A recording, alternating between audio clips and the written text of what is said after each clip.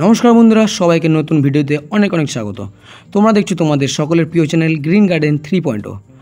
বন্ধুরা, আমার ভিডিওগুলি তোমাদের চুজ করবার জন্য, তোমাদেরকে দেখাবার জন্য অনেক অনেক স্বাগত, অনেক অনেক শুভেচ্ছা এবং অনেক অনেক ভালোবাসা।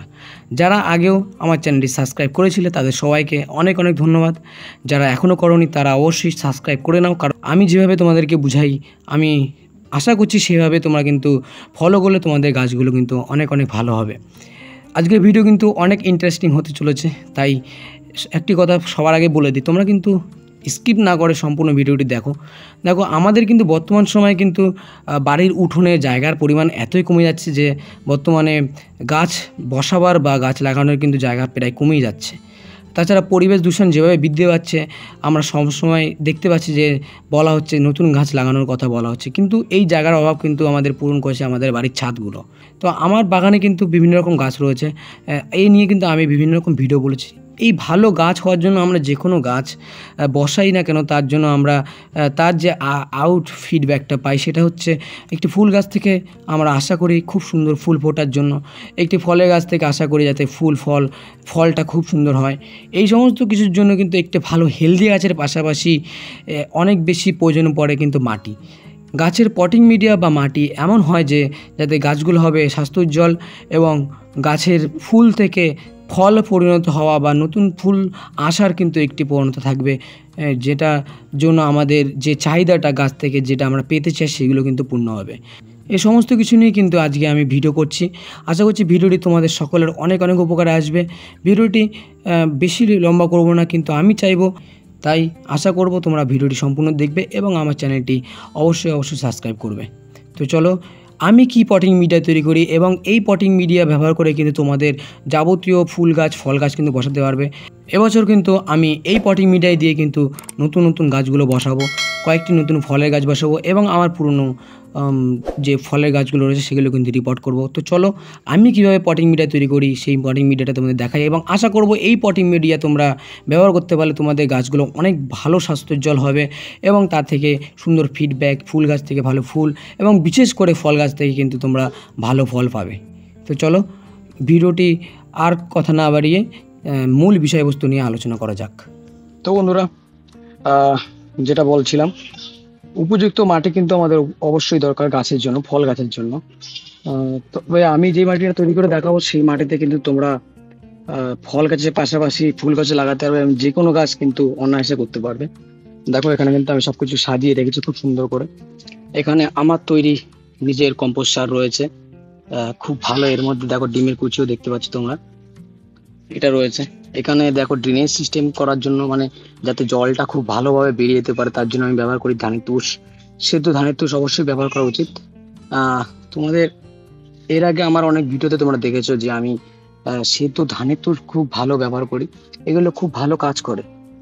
কি হয়, আমরা বালি ব্যবহার করি, অনেকে কি করি, ওর মধ্যে কোকোপিট ব্যবহার করি। তো বালি কি করে, মাটিটাকে টাইট করে দেয়, মানে এটা আমার মতামত অনুযায়ী। আর হচ্ছে বালি অনেকে ব্যবহার করে, বালি ব্যবহার করা খুবই ভালো। যারা ব্যবহার করে নিজের রিস্কে ব্যবহার করবে কিন্তু। আর কোকোপিট কি করে, কোকোপিট হচ্ছে মাটিটাকে অনেক জল করে রাখে, মানে কোকোপিট যেহেতু প্রচুর পরিমাণে জল ধারণ ক্ষমতা এর বেশি, জল ধরে রাখতে পারে, তো মাটি সবসময় ভেজা থাকে, স্যাঁতসেঁতে থাকে। এটা অনেক সময় একটি সমস্যার সৃষ্টি করে। কিন্তু ধানের তুষ কি করে, মাটিটাকে ভেজায় কিন্তু জল অতিরিক্ত বার করে দেয়। কোকোপিটের মতো জলটাকে ধরে রাখে না। তো এটা রয়েছে। আর এখানে যেটা তোমরা দেখতে পাচ্ছ, এখানের মধ্যে রয়েছে তোমার শিংকুচি, হাড় গুঁড়ো, তাছাড়া সর্ষের খোল এবং নিম খোল রয়েছে এখানে। আর এখানে রয়েছে বিশুদ্ধ বাগানের সুন্দর পরিষ্কার মাটি। তো কোনটা কিভাবে নিয়েছি সেটা বলে দিই। এই যে সার এবং মাটি, এটা কিন্তু সমান সমান রয়েছে, 50-50 রয়েছে। এবার এটা মোটামুটি আমার একটা 12 লিটারের বালতি দিয়ে মাপা রয়েছে। তার মানে 12 লিটার বালতির আমি 2 বালতি মাটি নিয়েছি, সার নিয়েছি। সেই সার কিন্তু তোমরা কম্পোস্ট সার নিতে পারো, ভার্মি কম্পোস্ট নিতে পারো, কিচেন কম্পোস্ট নিতে পারো, তাছাড়া গোবর সারও নিতে পারো। পাতা পচা সার নিলে তার সঙ্গে অবশ্যই আমাদেরকে গোবর সার দিতে হবে, পাতা পচা সারের পুষ্টি একটু কম থাকে। কিন্তু কিচেন কম্পোস্ট সার বা কম্পোস্ট সারের কিন্তু ভার্মি কম্পোস্ট সারের কিন্তু পুষ্টিগুণ অনেক বেশি। গোবর সারও নিতে পারো। এটা 2 ভাগ রয়েছে। এবার ধানের তুষ রয়েছে হাফ ভাগ, মানে তো যেটা বলছিলাম এটা রয়েছে 2 ভাগ, ধানের তুষ রয়েছে অর্ধেক।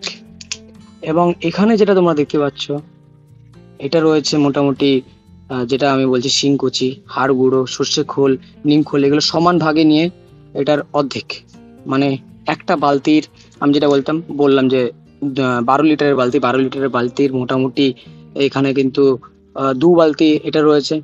আর এই দুটো মিশিয়ে কিন্তু 1 বালতি, তাহলে 2 বালতি, এই দুটো মিশিয়ে 1 বালতি, 3 বালতি। আর এখানে মাটি রয়েছে তোমার 2 বালতি, তাহলে 2 2 4, আর এই দুটো মিলিয়ে 1, 2 2 4, 2 ভাগ এটা, 2 ভাগ এটা, এটা অর্ধেক, এটা অর্ধেক, তাহলে এই দুটো মিশিয়ে 1, তাহলে 2 1 2, এই হচ্ছে 5। তার মানে আমি ওই বালতি, এই মাটি সব মিশিয়ে যদি ওই বালতির 5 বালতি কিন্তু আমার সার মাটি তৈরি হবে। এটা দিয়ে আমি মোটামুটি ওই বালতি করি, যাতে করি না কেন এই রেশিওটায় আমরা ব্যবহার করতে পারবো। যদি ওই বালতিতে গাছ লাগাই তাহলে মোটামুটি 5 বালতিতে 5টা গাছ লাগাতে পারবো। আমি যদি এর থেকে ছোট পাত্র ব্যবহার করি বেশি গাছ লাগাতে পারবো, বড় পাত্র ব্যবহার করলে কম গাছ হবে। তো মোট কথা হচ্ছে এটা 2 ভাগ, এটা অর্ধেক নিম খোল, সর্ষে খোল, আর হচ্ছে শিংকুচি, হাড় গুঁড়ো, এগুলো হচ্ছে অর্ধেক অর্ধেক অর্ধেক 1, আর এটা 2, তাহলে 2 2 4, আর এই দুটো মিলে 1 5, তাহলে এই যে হচ্ছে 5 ভাগ। এর মধ্যে আমি কি দিয়েছি, এর মধ্যে আমি দেবো, এখানে তোমরা দেখতে পাচ্ছ, আমি কৌটোটা খুলে দেখাই। এর মধ্যে রয়েছে, তোমরা দেখতে পাচ্ছ কিনা জানি না, এর মধ্যে রয়েছে অনুখাদ্য, ডিএপি এবং লাল পটাশ। এবার অনুখাদ্য, ডিএপি, লাল পটাশ কি দিয়েছি, ওই 12 লিটারের বালতির জন্য 12 লিটারের বালতির জন্য 1 চামচ করে কিন্তু আমাদের এগুলো ব্যবহার করতে হবে। তো লাল পটাশ 1 চামচ করে রয়েছে, সামনে আমি 5 বালতি বলেছি আমি সার মাটি তৈরি করছি এখানে, যেহেতু বললাম 2 1 আর 2 5, তো তার জন্য আমি মোটামুটি আমার 5 চামচ অনুখাদ্য নেওয়া আছে। আর কিন্তু 4 চামচ আমি ডিএপি নিয়েছি, আর 4 চামচ নিয়েছি লাল পটাশ। এগুলো কিন্তু অবশ্যই আমাদের দিতে হবে। আর লাল পটাশ 5 চামচের বদলে আমি কেন 4 চামচ নিয়েছি, আর একটা কথা, চামচ কিন্তু বড় চামচ নয়, এগুলো মোটামুটি 1 চামচে 1 গ্রামের মতন ওঠে, ছোট একদম ছোট যে চামচগুলো সেগুলো, 4 চামচের একদম ছোট চামচগুলো। তো 5 চামচ রয়েছে অনুখাদ্য। অনুখাদ্য আমি জৈব অনুখাদ্য ব্যবহার করি, সারের দোকান গেলে বিভিন্ন রকম জৈব অনুখাদ্য পাওয়া যায়, তোমরা সেগুলো পেতে পারো, সেগুলোতে দেখবে বায়ো লেখা থাকে বেশিরভাগগুলোতেই। আর লাল পটাশের পরিবর্তে তোমরা সাদা পটাশ ব্যবহার করতে পারো, সেটা খুব ভালো কাজ করে। তবে ফল গাছের ক্ষেত্রে লাল পটাশ খুব একটা ক্ষতি করে না। আর ডিএপি দিয়েছি। এবার ডিএপির মধ্যে কি রয়েছে, ডাই অ্যামোনিয়াম ফসফেট, তো এর মধ্যে অ্যামোনিয়া রয়েছে এবং ফসফেটও রয়েছে। তাই আলাদা করে রাসায়নিক ইউরিয়া সার বা রাসায়নিক নাইট্রোজেন সার দেওয়ার দরকার নেই। আর রয়েছে লাল পটাশ, পটাশ তো আমাদের অবশ্যই ফল গাছের জন্য দরকার। পটাশ রয়েছে 4 চামচ। আমি অবশ্যই উপরে তোমরা দেখতে পাচ্ছ টোটাল রেশিওটা আমি লিখে দিয়েছি অনুপাত হিসাবে। এইভাবে তোমরা মাটি তৈরি করো। এবার আমি মাটিটা ভালো করে মিক্স করে নেবো। তো বন্ধুরা তোমরা দেখতেই পাচ্ছ মাটি কিন্তু খুব সুন্দর করে আমি কোদাল দিয়ে কুপিয়ে মিক্স করে নিয়েছি। সামান্য পরিমাণ জল দিয়ে কিন্তু এটা মিক্স করলে ভালো হয়, তাহলে কিন্তু ওই যে খোল বা হচ্ছে সর্ষে খোল এই সমস্ত যা জৈব জিনিস দেওয়া আছে সেগুলো কিন্তু খুব ভালো করে মাটির সঙ্গে মিশতে পারবে। দেখো কি সুন্দর মাটি তৈরি হয়েছে, দেখে বোঝা যাচ্ছে কতটা পুষ্টিকর মাটি তৈরি হয়েছে। এতে কিন্তু যে কোনো গাছ খুবই ভালো তৈরি হবে। দেখতে পাচ্ছ এর মধ্যে দানাগুলো কত সুন্দর এবং মাটি কত হালকা এবং ঝুরঝুরে। যে তুষের দানাগুলো তোমরা দেখতে পাচ্ছ, এই দানাগুলো কিন্তু মাটিতে অতিরিক্ত এক্সট্রা নাইট্রোজেন যোগান দেবে এবং পরবর্তীতে সারের কাজ করবে। খুব ভালো কিন্তু তুষ মিশালে তোমরা কিন্তু উপকার পাবে। তোমরা, আমি আগেও বলেছি, বারবার বলছি, তোমরা বালি বা কোকোপিটের পরিবর্তে একবার তুষ ব্যবহার করে দেখো। আমি বলছি তোমাদের তুষ কিন্তু খুব খুব খুব ভালো কাজ করে। বন্ধুরা তোমরা দেখতেই পাচ্ছ আমি কিন্তু পুরো সার মাটিটা একটা বস্তায় ভরে ফেলেছি। একটা ভালো বড় চালের বস্তার মধ্যে কিন্তু এটা রাখা আছে। মাটির কোয়ালিটিটা দেখো কত সুন্দর, কিন্তু মাটির কোয়ালিটি তৈরি হয়েছে। এভাবে কিন্তু মোটামুটি 2 থেকে 3 সপ্তাহ রাখতে হবে, যত বেশি সময় রাখা যায় খুবই ভালো হয়।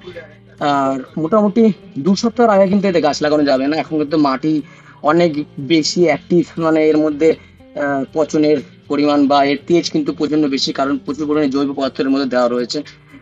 যে খোলগুলো দেওয়া আছে সেই নিম খোল বা সর্ষের খোল বলো, তাতে কিন্তু প্রচুর তেজীয় পদার্থ বেরিয়ে আসে, যেগুলো কিন্তু এখন আপাতত এর মধ্যে গাছ লাগিয়ে দিলে কিন্তু গাছের নরম শিকড় কিন্তু এই মাটি থেকে পুষ্টি নিতে পারবে না, কারণ ওই যে তার তেজ পর্যন্ত বেশি রয়েছে। তো তেজ কমানোর জন্য কিন্তু মাটিটাকে মোটামুটি আমাদেরকে সপ্তাহ দুয়েক এইভাবে রাখতে হবে।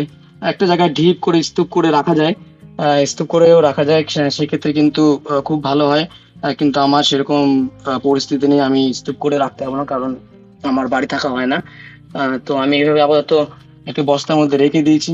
এখান থেকেই যা গ্যাসীয় পদার্থ বা তেজ নির্গত হবে, যা তাপ তৈরি হবে তা কিন্তু বেরিয়ে যাবে, এবং মোটামুটি মাটি 2 সপ্তাহ পর ঠান্ডা হয়ে যাওয়ার পর, তেজ কমে আসার পর কিন্তু আমি এতে যে কোনো গাছ আমি বসাতে পারবো। আপাতত পরবর্তীতে আমি দেখাবো কিভাবে কি এই মাটি থেকে আমি কি কি গাছ রিপোর্ট করছি, কি কি গাছ নতুন করে বসাচ্ছি, তোমাদেরকে সবই দেখাবো। এখানে দেখো আরো কিছু বস্তা তোমাদেরকে দেখাই। এগুলো কিন্তু সবই আমার নিজের তৈরি করা কম্পোস্ট সার। দেখতেই পাচ্ছ খুবই ভালো, এগুলো কিন্তু কম্পোস্ট সার সবই। এক বস্তা, এখানে আরেকটা বস্তা রয়েছে, এখানে একটা বস্তা রয়েছে, এখানে একটা বস্তা রয়েছে, এখানে একটা বস্তা রয়েছে, এখানে 5টা বস্তা রয়েছে, এখানে একটা বস্তা রয়েছে। এটার মধ্যে মাটি রয়েছে, এটা সার নয়, মাটি, জৈব সার মিশ্রিত মাটি রয়েছে এখানে। এগুলো 5টা বস্তায় কিন্তু আমি জৈব সার তৈরি করেছি। এখানে আরো 2টো বস্তা রয়েছে, পিছনে তোমরা দেখতে পাচ্ছ কিনা। এইভাবে কিন্তু আমি কিন্তু নিজেই সার তৈরি করে, নিজেই বাড়িতে সার তৈরি করি। আর হচ্ছে এই হচ্ছে সেই সার মাটি। তো দেখা হচ্ছে নতুন অন্য কোনো ভিডিওতে। ভিডিওটি ভালো লাগলে অবশ্যই আমার চ্যানেলটি সাবস্ক্রাইব করো, লাইক, শেয়ার, কমেন্ট করো, এবং তোমাদের যে কোনো প্রশ্ন থাকলে কিন্তু আমার কমেন্ট বক্সে লিখতে পারো। গাছ সম্পর্কিত যে কোনো প্রশ্ন থাকলে কিন্তু তোমরা কমেন্ট বক্সে লিখতে পারো। এর সময় একটা কথা বলে দিই, আমি কিন্তু সামান্য ছত্রাকনাশক মিশিয়েছি, কারণ মাটি ছত্রাক কি করে, ছত্রাকনাশকটা কি করে, মাটিটাকে ছত্রাক রোগ জীবাণুর হাত থেকে বাঁচায়, মাটিটাকে বিশুদ্ধ করে। দানা কীটনাশক মেশালেও খুব ভালো হয়, কারণ অনেক রকম রোগ পোকা থাকে যেগুলো কিন্তু নষ্ট হয়ে যেতে পারে। ছত্রাকনাশকের ক্ষেত্রে তোমরা ট্রাইকোডার্মা ব্যবহার করতে পারো। সেটি একটি ট্রাইকোডার্মা সাধারণত ছত্রাকনাশক বলতে, তার মধ্যে কিন্তু সেটা একটি জৈব উপকারী ছত্রাকনাশক, সেটার মধ্যে কিন্তু উপকারী ছত্রাক বৃদ্ধি পায়, এবং অপকারী যে ছত্রাকগুলো সেগুলো নষ্ট হয়ে যায়। তাই ট্রাইকোডার্মা না পেলে তোমরা সাব ফাঙ্গিসাইডও ব্যবহার করতে পারো। সেটা মোটামুটি এর মধ্যে কিছুটা পরিমাণ মিশিয়ে নিয়েছে, সমস্যা নেই, 3-4 চামচ মেশালে হবে, যেই রেশিওটা আমি তোমাদেরকে দেখাচ্ছিলাম। মাটি বিশুদ্ধ করার জন্য মোটামুটি হাইড্রোজেন পারঅক্সাইড ব্যবহার করা যায়। আমি সেই ক্ষেত্রে এই সমস্ত কিছু ব্যবহার করি না, মাটি এভাবে রেখে দিলেই কিন্তু যথেষ্ট। ফল গাছের ক্ষেত্রে এই মাটি অনায়াসে ব্যবহার করা যায়, ফুল গাছের ক্ষেত্রে ব্যবহার করা যায়, তোমরা যে কোনো ছাদের গাছের ক্ষেত্রে ব্যবহার করতে পারবে। আমি কিন্তু এই মাটি ব্যবহার করে তোমাদেরকে দেখাবো। তো ভিডিওটি আর লম্বা করবো না, ভিডিওটি ভালো লাগলে কিন্তু আমার চ্যানেলটি অবশ্যই সাবস্ক্রাইব করো। চ্যানেলে গিয়ে আরো অনেক রকম ভিডিও রয়েছে, তোমরা সেই ভিডিওগুলো ফলো করতে পারো, দেখতে পারো। আশা করছি তোমাদের ভিডিওগুলি অনেক উপকারে আসবে। এবং এই ভিডিওটি কমেন্ট বক্সে তোমরা লিখতে পারো কি কি তোমাদের জানবার আছে, প্রশ্ন আছে। তো দেখা হচ্ছে অন্য কোনো নতুন ভিডিওতে। ততক্ষণ ভালো থাকবে, সুস্থ থাকবে। সবার ছাদ বাগান, জল বাগান অনেক অনেক সুন্দর হোক, গাছগুলো অনেক অনেক সুন্দর হোক।